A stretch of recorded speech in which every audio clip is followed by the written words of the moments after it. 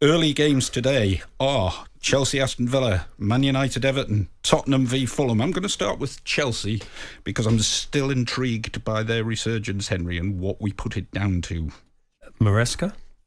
Just Maresca? No, but good players, but he's putting them in the right order, which is always useful. What particularly do you think he's done? As I've joked before, you watched a lot of Leicester City and you saw them last season. What is his particular trait which he imposes on a team, do you think? He is strong. It's his way.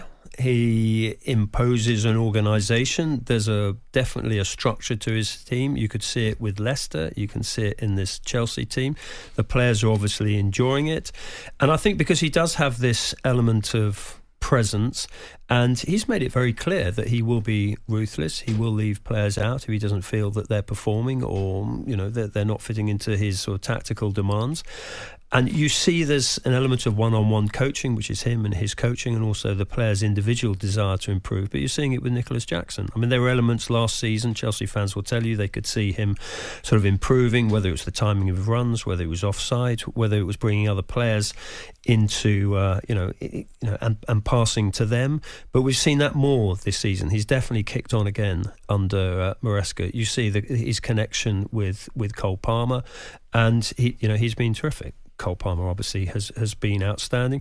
Getting players back from injury, Fofana's been sort of settling in and doing better and better. Cole's been looking outstanding. I still think they've got an issue in goal. I was surprised they didn't go for Hermansen in the summer. Maybe they felt that it was too much that Leicester were asking for him. But what were they asking? I think they were asking 30 odd, which actually for an outstanding goalkeeper.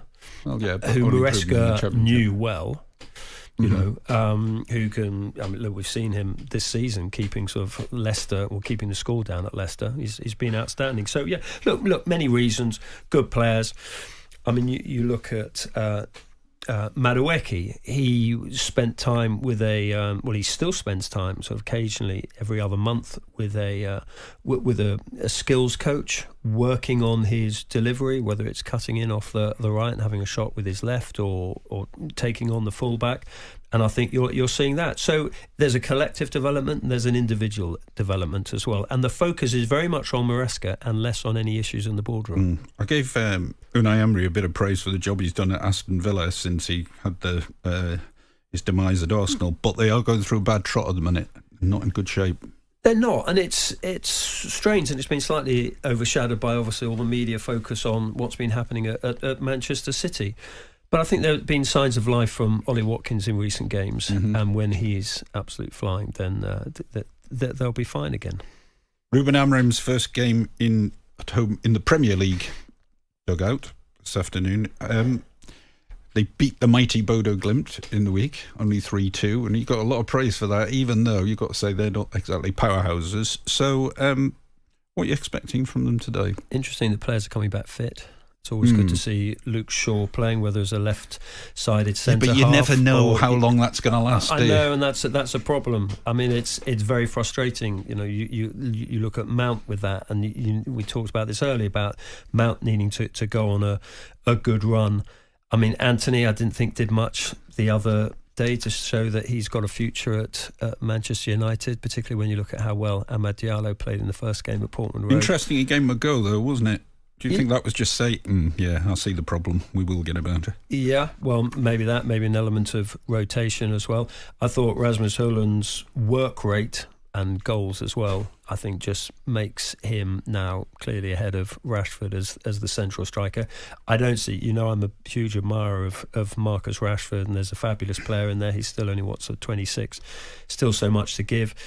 But I'm not quite sure where he really truly fits in this system, particularly if he's effectively playing those two behind one centre forward, which probably will be Højlund or Gyökeres maybe longer term if they can get him. So but at least their players back and the bench looks stronger. And Everton may not be the stiffest of tests for them this afternoon. No, I mean Sean Dyche has been sort of talking in the papers about how there is always a new manager bounce, and that may well be the case with Ruben Amorim. We're seeing an element of it already, but that Everton are going there to make life difficult for them. But I mean, the defence, there are issues in defence, scoring. I mean, it's, they've got problems there, and they have to stay in this division with that magnificent new stadium coming down the line. Can you already see the pattern at Man United, and that the players are fitting into it, or they're still struggling to adapt to it? I mean, it is a big step. Look, players should be adaptable, but it is a big step if you've been playing with a back four.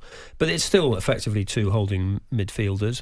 But what is interesting is if he drops Bruno Fernandes back in there, particularly if he wants to accommodate Mount, to play Bruno Fernandes and Manuel Ugarte. I mean, I think you can do that against certain teams, but not necessarily against the sort of the elite teams. I've got to say, fair play to Onana as well, who's turning into an absolutely terrific keeper after a bit of an iffy start at United. Well, do you remember David De Gea did that as well? I can remember Ferguson in a press conference. Everybody's just targeting him with crosses, and he couldn't handle it. I think there was a game at White Hart Lane, and he was getting absolutely, he was really struggling there. And Ferguson said he will come good, and there's an element of that with Onana as well. What I also like about Onana is he takes leadership off the pitch as well. He'll come into the mix zone. He won't hide. He'll talk. He'll raise if there are issues that need to be discussed. He'll do that. So. He definitely looks a lead and definitely improved. Tottenham also play Fulham this afternoon. Ange Ball came a little bit unstuck against Claudio Ranieri's Roma in the week. I just love when Postecoglou, for the 100th time, gets asked, this Ange Ball stuff and attacking all that, and just goes, mate, I'm not changing. Yeah. So almost don't ask me anymore, because he will never change. Because he's stubborn. But is he right to do it? That's the question. Well, I think most managers vary things. I think a high line can be difficult if you haven't got Van de Ven. Having said that, Ben Davies has been, I think, outstanding. I think he's coming up to 10 years at the club. What a good servant that he's been. I mean, they've got options. I think Solanke has come in and settled the work. Not scoring, though. Yeah, I know you say that, and obviously it's all about goals. Well, he's a centre forward. I know Henry. goals Call pay me the old-fashioned. rent. I know. You're so old-fashioned. I know goals pay the rent, but he brings others in. I think it was on talkSPORT yesterday. Somebody was saying he's perhaps too nice. He's not a Solanke. Isn't nasty enough to really be a top. Have you met him? Only in a group. Yeah, I mean, I went to his house once in Bournemouth, and you would say he's definitely nice, but I don't think you could be an elite footballer and play for the clubs that he's done and reach the top, and now got into the England squad by being nice. Yes, but it's got to be a bit of a concern. The goals record. I mean, which is, throughout his career, apart from a good season at Bournemouth, has been the issue which has been levelled at him. Lack of goals. He holds the ball up, links the play and all of that, but he's a goal scorer as well, or should be. I get that, and he will absolutely judge himself on goals, but there's nothing wrong with an element of selflessness if you're bringing others into play and you're helping these fantastic other players they've got. Just on their players, and Postecoglou deserves praise for this, the use of Kulusevski, who would obviously we've seen wide, we've seen deeper, dropping Madison to accommodate him. I just think Kulusevski has been one of the players of the season. What about the Grand Morali in goal? Fraser Forster, who earned that title for Celtic against Barcelona, the Great Wall. Yeah, Wallsend Boys Club as well, wasn't he? Yeah. One of the 5 to play for England from there. Good shot stopper. I don't think there's any doubt, but not good with his feet. No. I mean, which is going to be a problem. Yeah, I mean that's an issue for them, and Vicario is out for a while. On AM, on DAB, via the talkSPORT app, and on your smart speaker. talkSPORT.